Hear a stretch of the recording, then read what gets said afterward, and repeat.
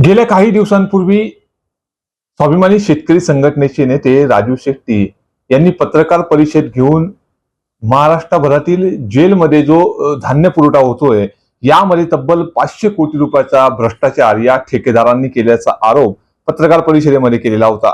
यामध्ये जळगावच्याच एक ठेकेदाराचा नामोल्लेख म्हणजे साई मार्केटिंग याचाही देखील उल्लेख स्वाभिमानी शेतकरी संघटनेचे नेते राजू शेट्टी यांनी पत्रकार परिषदेमध्ये केला होता।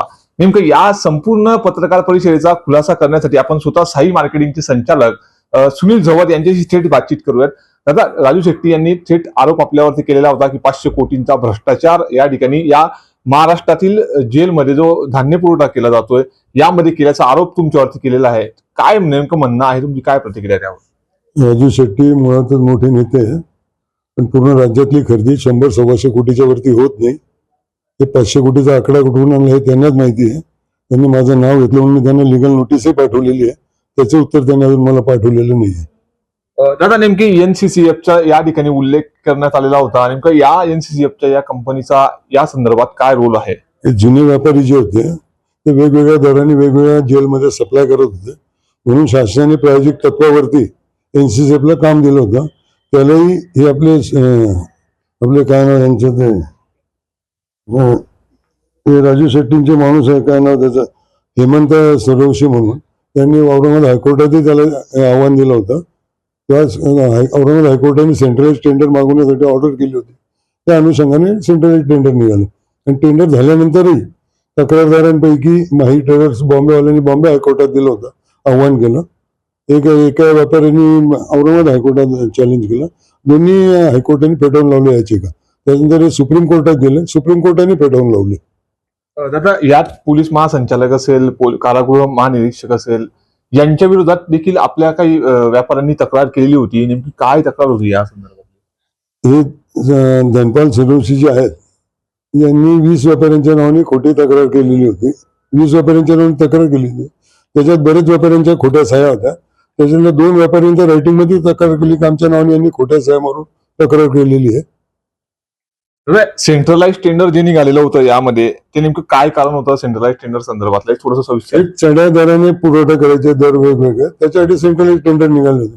आता जेलमध्ये जो भाजीपाला सप्लाय होतोय पुण्याला, ते 3 रुपये हे पालेभाज्या आहे, असं सडलेला माल आजही पालेभाज्या हे 2 रुपये लसूण हे आजही भावने त्या भावने रेट सप्लाय करताय। म्हणजे कसं माल देत असेल त्यांना माहिती आहे। आमचं धान्य जे आहे ते चांगल्या प्रतीचं आहे, दरवेळी सर्टिफिकेट येतं, लॅब रिपोर्ट येतो, त्याच्यामुळे काही हे सर्व तक्रारी काही तथ्यच नाही। आता टेंडर प्रोसेस झाल्यानंतर काही न्यायालयीन देखील तक्रारी झालेल्या होत्या, त्यात नेमकं काय सिद्ध झालेलं आहे? न्यायालयीन प्रकरण झाले होते औरंगाबाद आणि बॉम्बे हायकोर्टात। दोन्ही पिटिशन हायकोर्टाने फेटाळले होते, सर्वोच्च न्यायालयात गेले, सर्वोच्च न्यायालयाने ते फेटाळलं होतं। एकंदरीत टेंडर प्रोसेस मध्ये राज्यातील किती खरेदी होऊ शकते? त्यांनी 500 कोटीचा जो आरोप आपल्यावरती केलेला आहे, काय नेमकी माहिती मिळू शकते आपल्याला? पूर्ण राज्यात 100 ते 125 कोटीच्या वरती खरेदी होती पूर्ण राज्यात। ते 500 कोटीचा आकडा कुठून आणला त्यांनाच माहिती आहे, कुठून खरेदी होती एवढी। दादा, एकंदरीत जर बघतोय तर राजकारणाचा देखील कलाटणी या ठिकाणी देण्यात आलेली आहे। तुम्ही जे आहे ते एक मोठ्या बड्या नेत्याचे निकटवर्ती आहे, त्यांचाही नामोल्लेख या ठिकाणी करण्यात आलेला होता। या संदर्भात काय प्रतिक्रिया? बड्या नेत्यांच्या जवळचा असलो तरी माझ्यामुळे त्यांना कोणी नाव ठेवले का म्हणून जिंदगीमध्ये करत नाही। लोकांना सवय नाव ठेवायचे, लोक ठेवत राहतात। दादा, आज देखील माजी मंत्री एकनाथ खडसे यांनी देखील आपल्यावरती या ठिकाणी या संपूर्ण कारागृहात जो भ्रष्टाचार सुरू आहे या टेंडर प्रोसेसवरती त्यांनी एक प्रतिक्रिया दिलेली आहे आणि मोठा घोटाळा झाल्याचाही आरोप त्यांनी एकनाथ खडसे यांनी आज बोलताना व्यक्त केला आहे पत्रकारांशी। याबाबतची काय प्रतिक्रिया? खडसे साहेबांनी BHR प्रकरणामध्ये पण माझ्या माठ सांगवीच्या जागेवर लेखी पत्र दिलं होतं। BHRच्या पैशांनी जागा खरेदी झालेली आहे, त्यांना मुळात हेच माहित नाही की जागा केव्हा खरेदी झाली आणि BHRचा प्रशासक केव्हा बसला।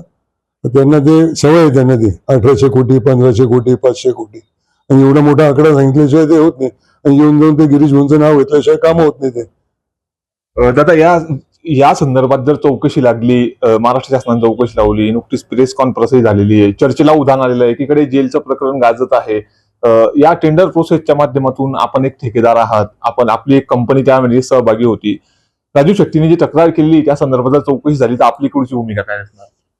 आमच्या कुठल्याही तक्रारीला कुठल्याही चौकशीला सामोरं जाण्याची तयारी आमची। माझं स्पष्ट म्हणणं 100-125 कोटीच्या वरती खरेदी नाही, 500 कोटीचा भ्रष्टाचार प्रश्न येत नाही, धान्याच्या मध्ये. तर हे होते सुनील झंवर ज्यांची साई मार्केटिंग आहे. नुकत्याच काही दिवसांपूर्वी झालेल्या या राजू शेट्टींच्या पत्रकार परिषदेमध्ये त्यांनी जो आरोप केलेला होता त्यात कुठल्याही प्रकारची चौकशी झाली मात्र तर त्यांना या संपूर्ण चौकशीला आम्ही सामोरे जायला या ठिकाणी तयार आहे. मात्र ज्या पद्धतीने 100-125 कोटी रुपयाचा जो हा संपूर्ण राज्यभरातली कारागृहाचा जो विषय आहे मात्र या पद्धतीने टेंडर प्रोसेस प्रक्रिया पूर्ण देखील झालेली आहे. त्या ठिकाणचा कारभार देखील सुरळीत झालेला आहे. एकीकडे 500 कोटी रुपयाचा हा आरोप त्यांनी जो केलेला आहे तो कशा पद्धतीने सिद्ध होणार मात्र जे पण काही चौकशी होणार आहे ते आम्ही आमच्या पद्धतीने त्या चौकशीला सामोरे जाऊ त्यांचं स्वागत करू अशीच प्रतिक्रिया या ठिकाणी साई मार्केटिंगचे संचालक सुनील झंवर यांनी न्यूज 18 लोकमतशी बोलताना व्यक्त केलेली आहे. नितीन नांदुरकर, न्यूज 18 लोकमत, जळगाव.